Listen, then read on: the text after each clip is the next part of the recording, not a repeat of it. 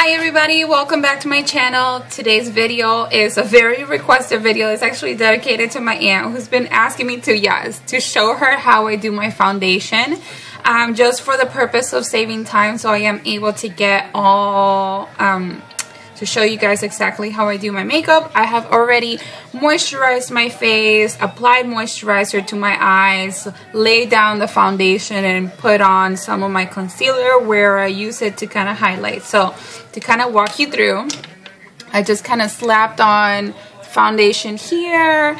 I highlighted with the concealer here along the bridge of my nose, on the top of my lip, a little bit on the highest point of my chin, and underneath my eyes in a triangle shape to kind of lift the eyes in that direction. While after you're done with your foundation, you can then sculpt out your cheeks. So you have highlighted here and darken this to give you the illusion of more pronounced cheekbones. So for these things, here is my foundation, my Revlon, my Age Rewind that has been put onto my face, my favorite moisturizer. I actually get it from work.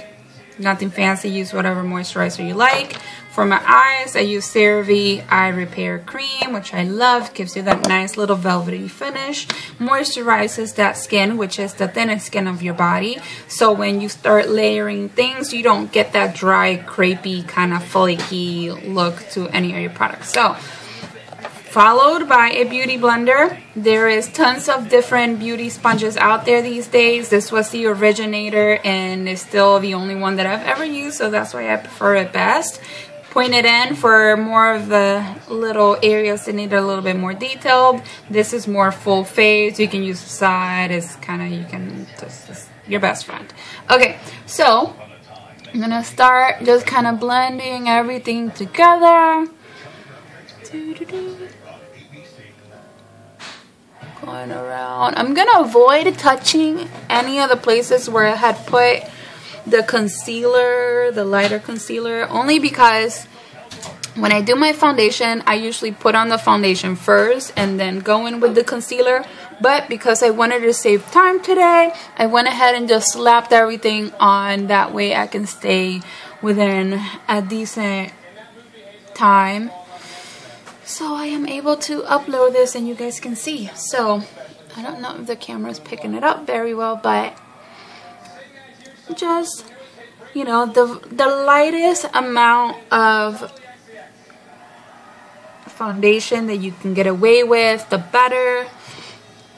A makeup artist recently, on one of the emails that I got from Mac, said if you can make it look like your face has nothing on, then that's when you've reached your goal. Because the goal is not to say, hey, look at my face, it's plastered on with tons of makeup. Makeup's purpose is just to give you more evenness, to make you feel confident to stand in front of people on a regular basis, to hide little imperfections, highlight the beautiful things about your face, not so much to use it as a mask to hide who you really are. So a good makeup always starts with great skin. If you have skin problems, it's always good to start with a dermatologist that can give you prescriptions, topicals, a regimen that you can take to get your skin to look its best. Therefore, makeup will be the frosting on top of a beautiful cake. So I've blended in everything a little bit over my eyes, so my eyes can hide some of the darkness there underneath the eyes.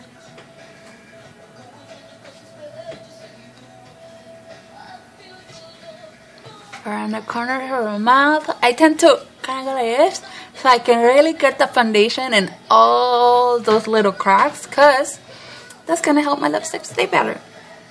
Right here, gotta go over the eyebrows to make sure that's also covered, so when I go do my eyebrows, it looks nice. You also want to hit the jawline, kind of spread it, that way you don't have that different skin. Even though if you have the right color foundation, there should be no issues between your neck and your face. But again, it's not a bad idea to kind of smooth out those edges. Another thing is, if your foundation is completely different from your natural skin tone, you also want to make sure that you're covering the ears if your ears are going to be exposed, because you definitely don't want to have like a tan look and pale ears. That's a big fashion no-no.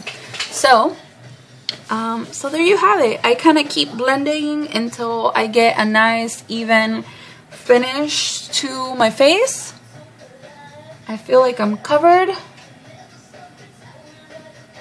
And then for like more little detailed things, I have another concealer from NYX, which is like an HD full coverage. It's really thick and it's intended for just tiny little areas such as that, to kind of focus the product there. I have this brush, which is foundation brush, concealer brush.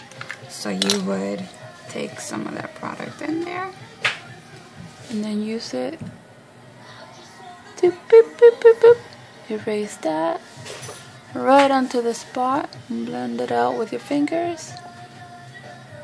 I just kind of undid everything I did. There you have it. Okay.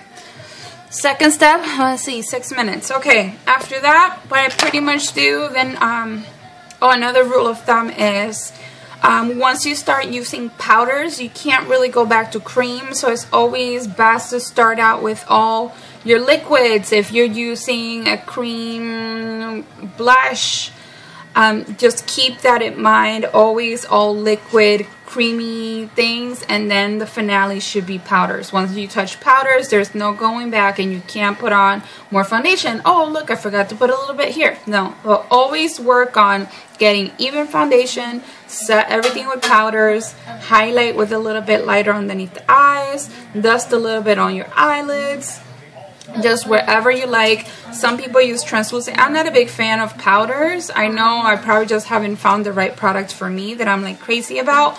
I do have a range of just powders that are more my skin color that sometimes I use. I have translucent powders. I for sure use underneath my eyes. I use a combination of the Ben Nye banana powder and Max Emphasize, which is a pro shaping powder with like a small little brush to kind of set the concealer. You always want to set your concealer, otherwise you'll get, like I should already have it. You see those little creases underneath your eyes. Everybody gets creasing. The point is, freeze it in place before it gets to really go anywhere. So I'm definitely going to brush all that stuff out.